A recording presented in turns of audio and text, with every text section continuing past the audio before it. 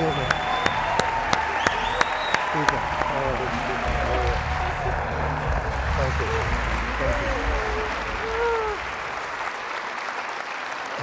I had heard that you like to start your games sometimes by writing a word on the whiteboard to focus a conversation. And I thought maybe we might want to start similarly. Yeah, you're going to write a word that will be maybe a theme word for our conversation. I don't want to judge yours. Let's just give it a whirl. How about something I feel? If you want to give me an emotion, I do. I would be... Here's what I... Okay, just give me 1 second because I feel like you're already more talented. Okay, do you want to go first or second? Yeah, my word's hopeful. Oh. Yeah. I'm hoping that you're going to fulfill your duties here.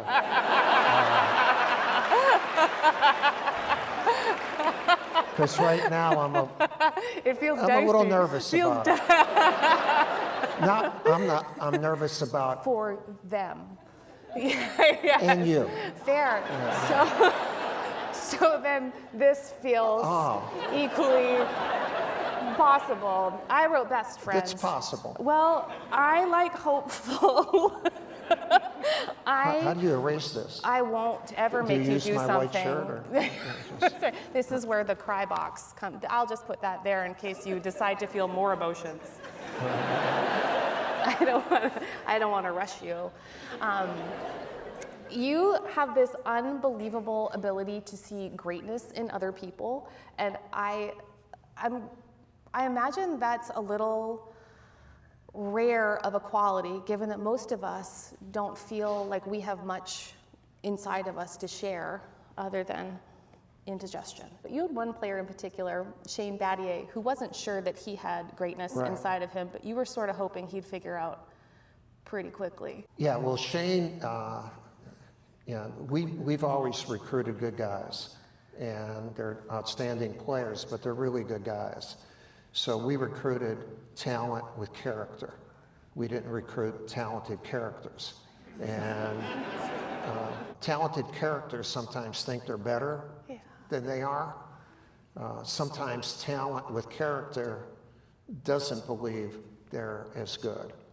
They know they're good, but where I think they can go. And between Shane's sophomore and junior years, we needed him to step up and become the ACC Player of the Year and eventually National Player of the Year. So he was working in Chicago doing an internship. And I called him one morning and I said, Shane, it's Coach K. He says, yeah, Coach. I said, when you went to bed last night, did you look in the mirror and say, I'm the best player in the ACC? And he said, no, and I hung up on him. And no, this is all true. And the next day, I called him again. I said, Shane, this is Coach K. I said, this morning, when you were going to work, did you think about being the best player on our national championship team? He said, Coach, and I hung up on him again. And the next day I called and he said, Coach, don't hang up. And I said, well, I won't hang up if you don't hang up on yourself. And you've gone to a level that most players would love, but you're capable of so much more. And I told him the 4 words that I think are the most powerful words on this planet is when you can look at someone and say, I believe in you, and I want you to believe in you. I get chills thinking about it because I've had that experience with so many of these guys, and they respond. And Shane then went bonkers. And he was as good a leader as we've ever had, and as good a representative for Duke University as there could be. He's just magnificent. And he's a little bit cocky now. Now I have to tell, you're not that good. How do you know when someone's ready to hear, I believe in you? You know, you get to know them. When I recruited John Shire, you know, I think he was 17 years old, 16, 17, and I told him, like I told all the guys we recruited, I'm going to be one of the maybe 2, 3 people, I hope there are more, in your life that will always tell you the truth. And you can count on me telling you the truth. And I said, I want you to do that with me. And what happens then, if you develop that level of relationship, the single biggest thing that you can develop is trust. And if we get it going, like we'll see in about 40 minutes if we get there, I call it the speed to trust. Yeah. In other words, I have a relationship with John.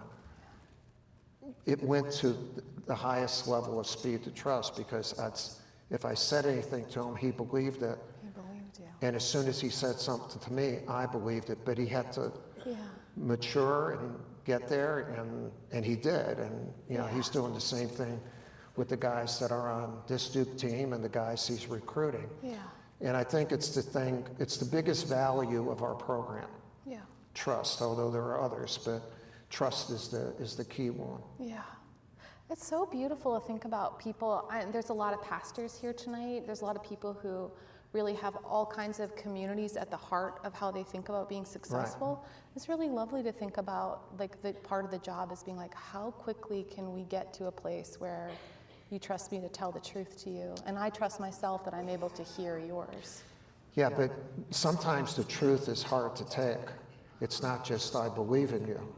Wouldn't that be nice to just leave it at that? Be like, and we're good, thank you. It goes I improve all nothing. Over. So, like that first night when you're a recruit now, I saw you play. You got a lot of work to do, and 2 halves, dribble, anyway. So, like, you're a recruit right now. First time I said, you know, eye-to-eye contact, trust. Yeah. But there's going to be a time, like a tense moment in a game where there's a timeout, and you're not playing well. And I'm going to tell you to get your head in the right spot instead of where it is right now. But you have to believe me then, too. Yeah. And it can't be like, oh, man, you know, he's picking on me or whatever. You know, we can't have that relationship. We got to cut through the tough times quickly, and the good times will be a lot easier, quicker. But and so with Shane, with John, to me, that's the thing I enjoyed most about my coaching career was the relationships with all those guys. And that's why, you know, we have what we call the brotherhood, and we have each other's back. But it's based on being honest with one another, being truthful with one another. Yes. Your mom was such an important part of your life, and I wonder, when you're thinking about greatness, I wonder whether your mom saw greatness in you or whether she was just very busy cultivating goodness. I know she believed in me, and you know, my guys would say that they've all heard this, and I always told all of them, you guys need to be as tough as your mothers. And I said, like, my mom, she showed up every day. I never knew she was sick. I never knew she was tired, and she was there for me all the time. Jay Billis, who has a cutting sense of humor at times, when he says, you know, man, I was scared to meet Mrs. Krzyzewski.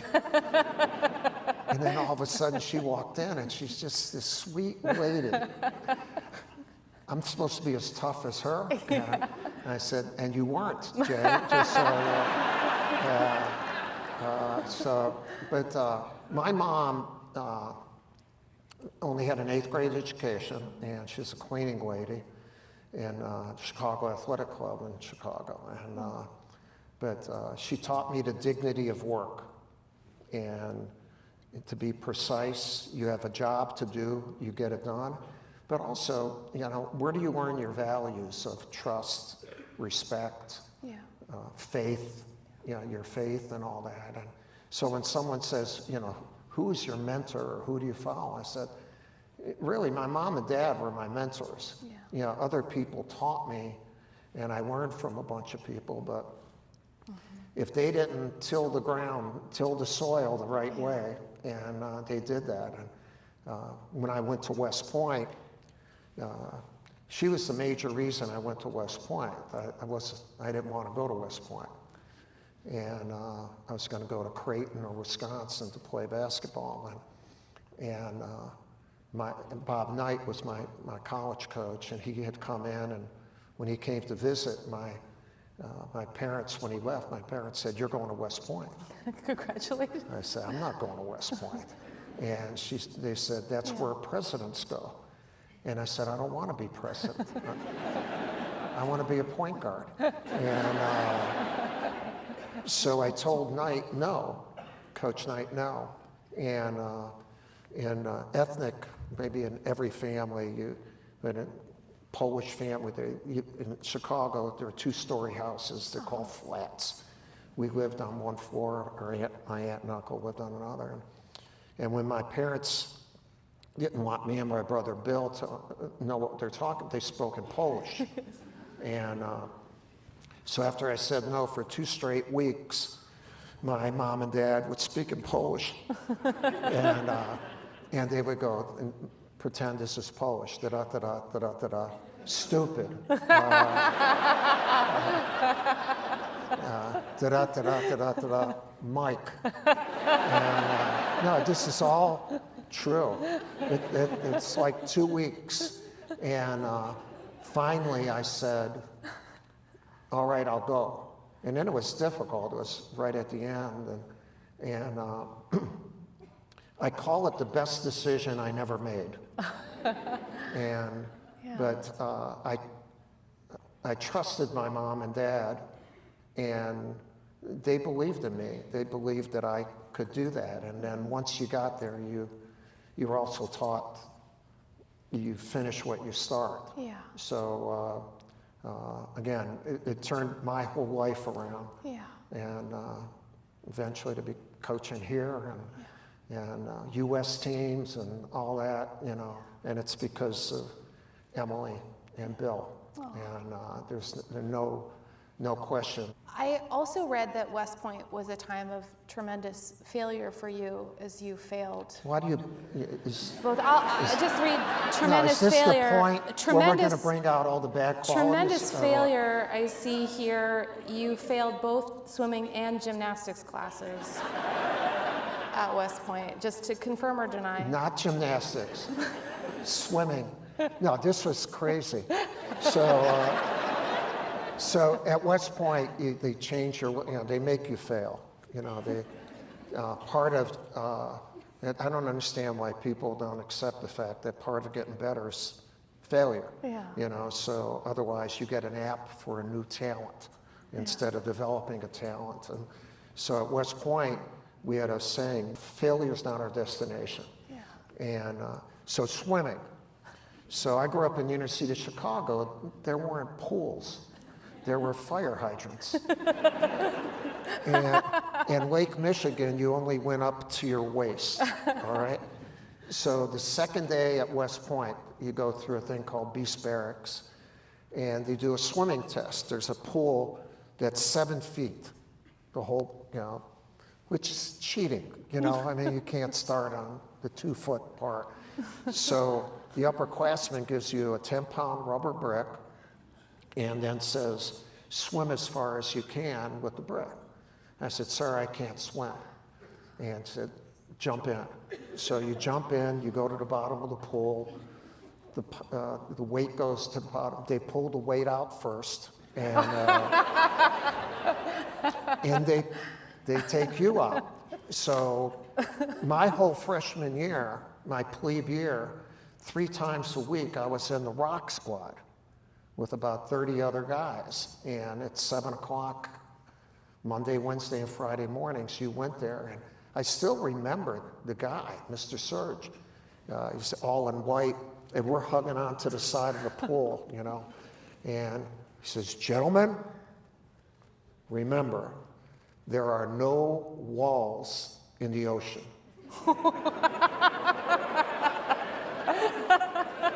And we're looking at this guy's nuts. You know, we're in the Army, not the Navy.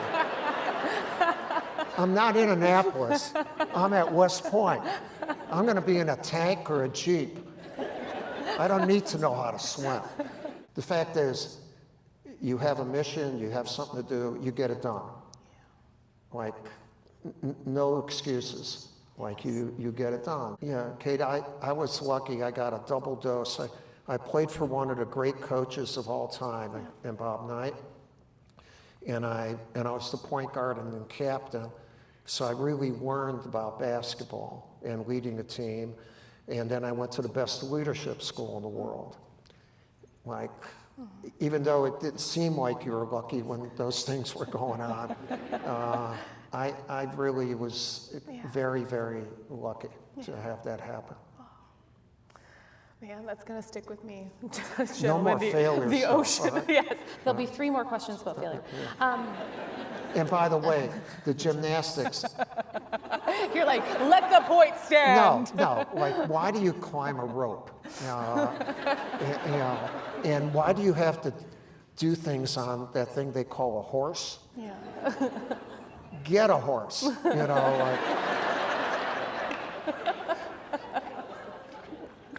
Why do you do those things? And so I'm not against people doing them. I He's just very against it. was never in my, okay, what's your goals and your dreams? Climbing a rope, swimming, and doing all kind of crazy things on a horse. That was not what I wanted to do. Oh, it makes me so happy. I want to talk about the early years of you leading, because I know there's a lot of people in this room who lead in their communities, in their families, Right. in their companies, in their churches, and frankly, leading is an incredibly vulnerable position. Leading out front, everybody watches, everybody thinks they can do your job. Not that anyone has ever insinuated that. But it's just a strangely vulnerable position to get used to, especially before you've had an incredible track record. You just have the sheer effort of trying. I wonder what advice you might be able to give people who are really just feeling the vulnerability of leading right now. Well, I think leadership is the best profession in the world. And it's exciting because every day is different. Mm-hmm. And as a leader, you have a chance to get a group of people, use their talents together to accomplish something good. What I'm lecturing on now or speaking on right now with leadership, I call it the 3 A's of leadership. Mm-hmm. And the first A is agility. Like if you're a quarterback and you call a player at the scrimmage line and you see that the play isn't going to work, so you call an audible.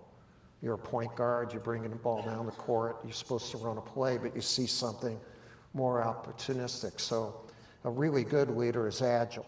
Mm-hmm.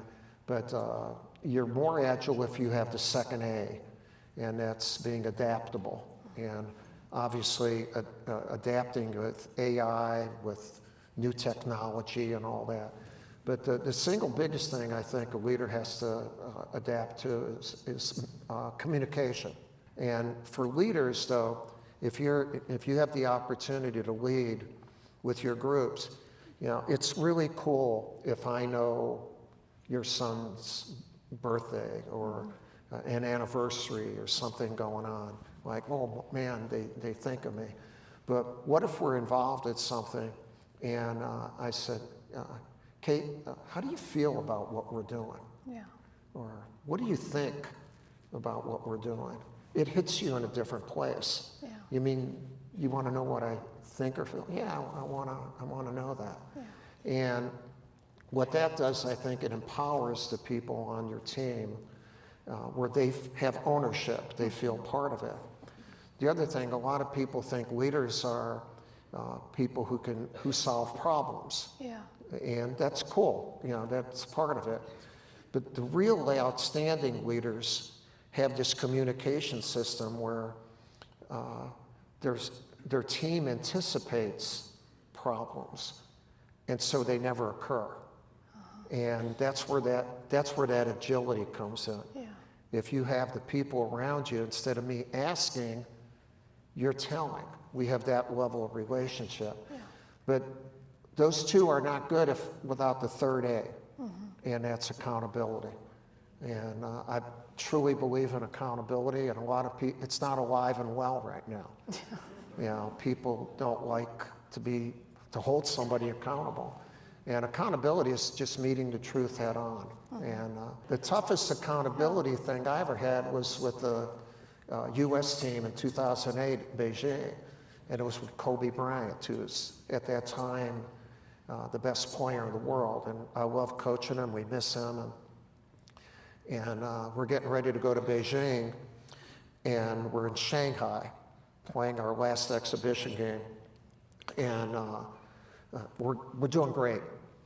And Kobe started taking Laker shots. Nothing against the Lakers now, because JJ's coaching them, but they were bad shots.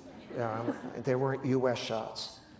So there was a free throw, and while the free throw's going on, LeBron James came, and he comes, and players don't always say things, they look.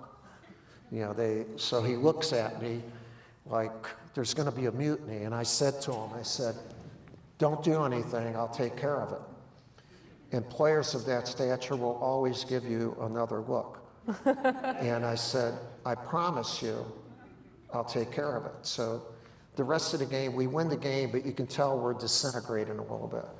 So that night, I stayed up literally, it's a true story, all night with my staff, because I have to hold Kobe Bryant accountable. I'm thinking the next morning comes, and I see Kobe. I said, Kobe, I need to talk to you. He said, of course, coach. And we go into a team room, and I look at him. He's got these piercing, beautiful eyes. He's really he's as good a player as I've ever had the opportunity to be with. And I said, look, yesterday you took really bad shots, and I want to show them to you. So we had them on tape. And I said, if you take those shots, we will not win the gold medal. We won't win a medal. We won't have a team. And I said, and I look at him, he's looking, and I said, oh, yeah. And I said, you understand, you can't take those shots. Now I'm waiting for World War III, right? And he looks at me and he says, okay. And my heart dropped. I said, I stayed up all night for okay. So now I'm like LeBron. I can't believe that he actually said that. So I said, you should. He says, Coach, that won't happen again. So fast forward 3 weeks later, we're in the toughest game I've ever been a part of, up till that point and since, the gold medal game in Beijing against Spain.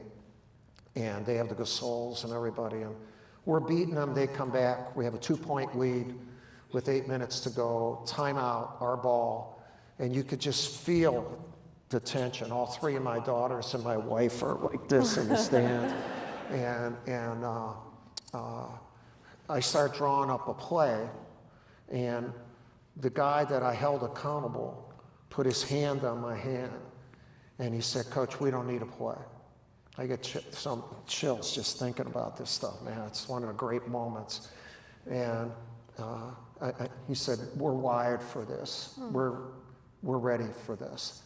And then LeBron says something, Carmelo Anthony and Dwayne Wade, and all of a sudden we leave the bench without a play that may have worked or may not have worked.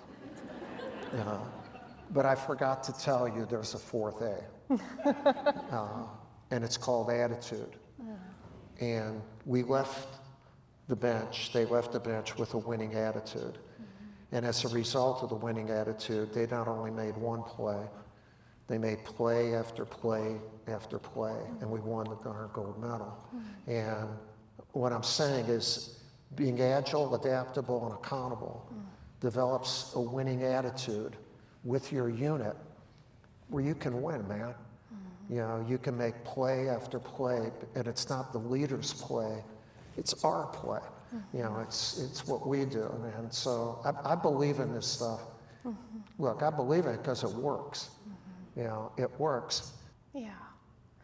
The ability to wrap people into this story that's bigger than yourself, I mean, it's a really beautiful thing to see up close. And it reminds me of, I went to the basketball dinner last year, but it was kind of lovely. Well, so it's this incredible tradition, the family and friends and players, and I was sitting with this lovely couple where it was a husband and wife and this very basketball-looking son.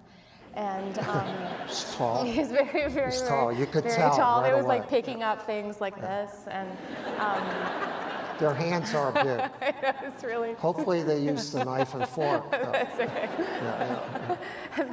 The family was like absolutely over the moon to be there, and they were all absolutely deeply invested in the Duke team and in Duke, and especially in John. Like, apparently John had been this incredible mentor to this son, and great. just loved them and appreciated them and wove them into this story of who we are. And by the time I'm sitting next to them at this dinner, they are just beaming with love toward a story that they feel incredibly a part of. And the dad was like, well, I just pray for John all the time. And as someone who thinks a lot about God and the fact that you're not technically allowed to ask God to make you win certain things, I was like, really? Like, what do you pray for? And he was like, oh, I pray for love.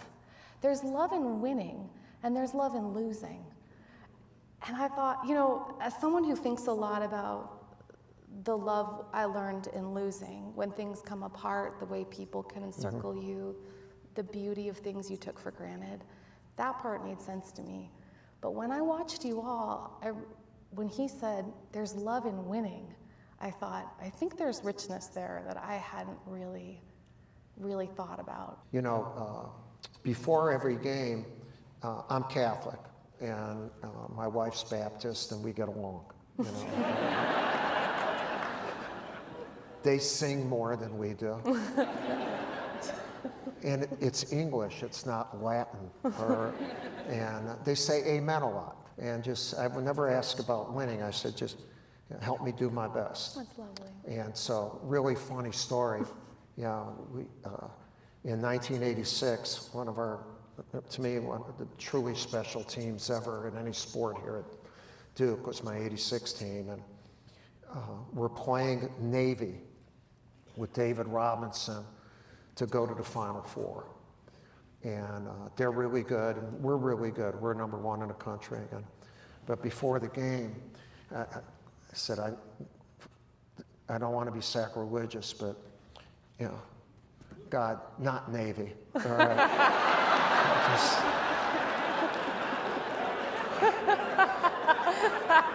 So, no, it's true. And we beat them pretty good, so thank you. And, but I believe faith is big. It keeps you, like, with everybody. And in family, to me, is the most important. And what we try to do with our basketball program is make that a family.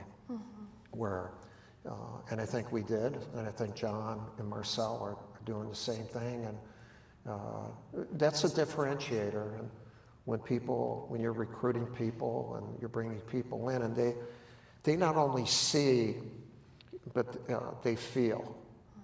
And I think when the young men and their families come and visit us, they see great things, obviously, but they feel welcomed and they feel a family atmosphere.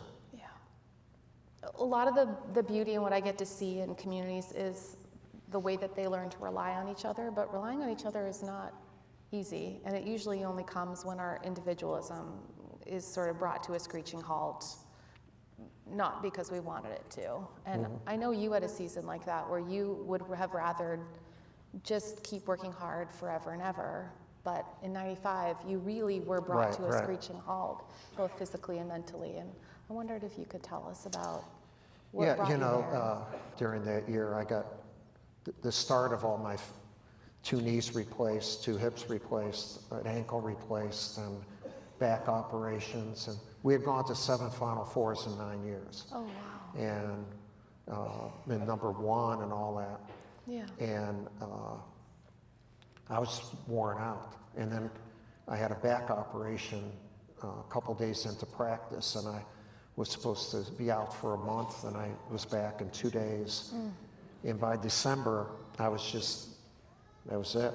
Yeah. And so I had no feeling. I mean, I could touch, but no emotion, none. I see. And we have a great president here, and Vince and his wife Annette, and I've worked for great presidents here too. And one became a guy that I held with esteem, and that was Keith Brody. Yes. And he worked, I mean, I would watch tape of us beating Las Vegas or when I said, I can't do that anymore. I don't feel it. And we took about 3 months of therapy, and finally I got it back. But I stopped being a micromanager, and I started making sure that everyone was empowered. I changed my leadership style. I see.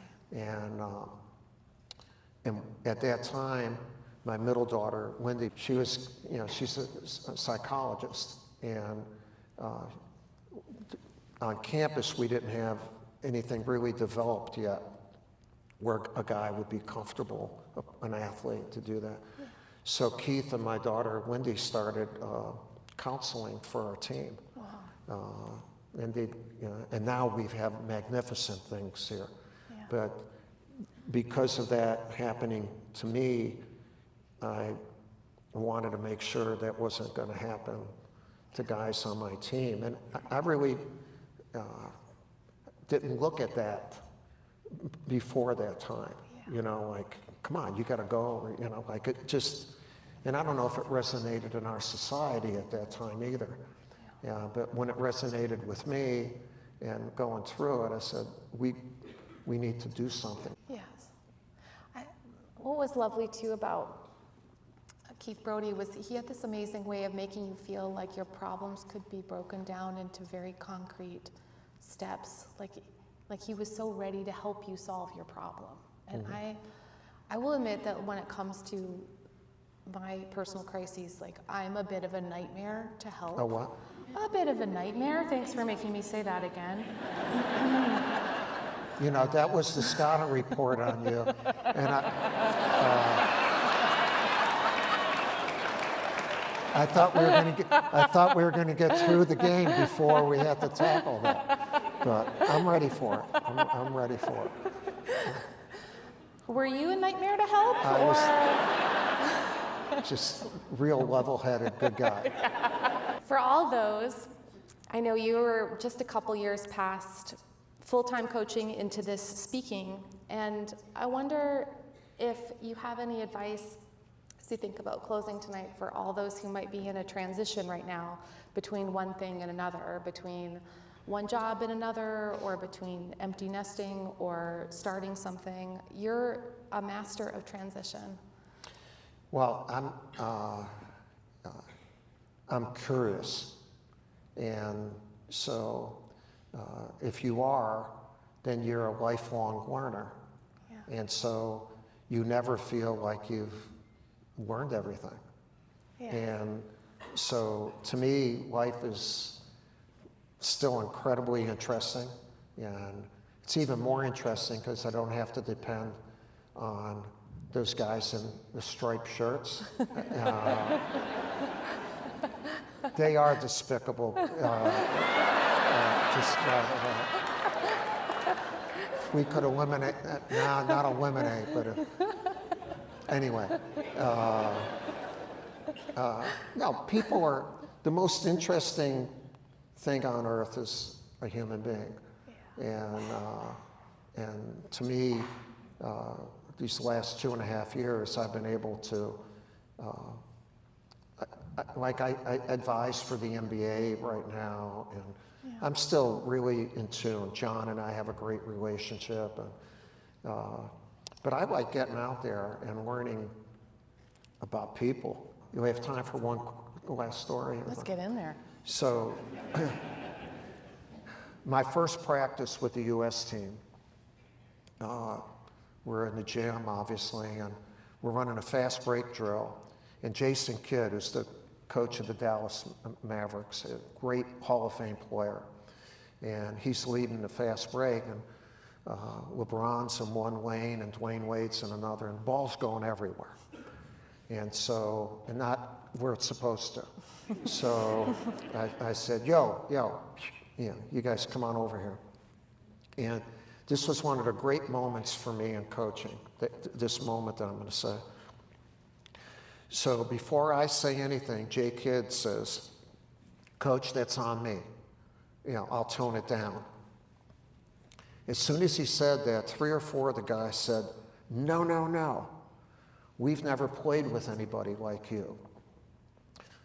Let us adjust. I'm going to cry, really. This is so damn good. Let us adjust to your talent. And talent makes talent better if talent can work together. Yeah, that's right. Well, thank you for seeing greatness in us. Thank you for seeing greatness in the communities that we get to serve. And can we just say thank you to the winningest coach of tonight? Yeah, thank you. Thank you for the incredible, Thank you very much. so Thank you. ridiculous, good. Thank you. Thank you. Thank you. Thank you very much.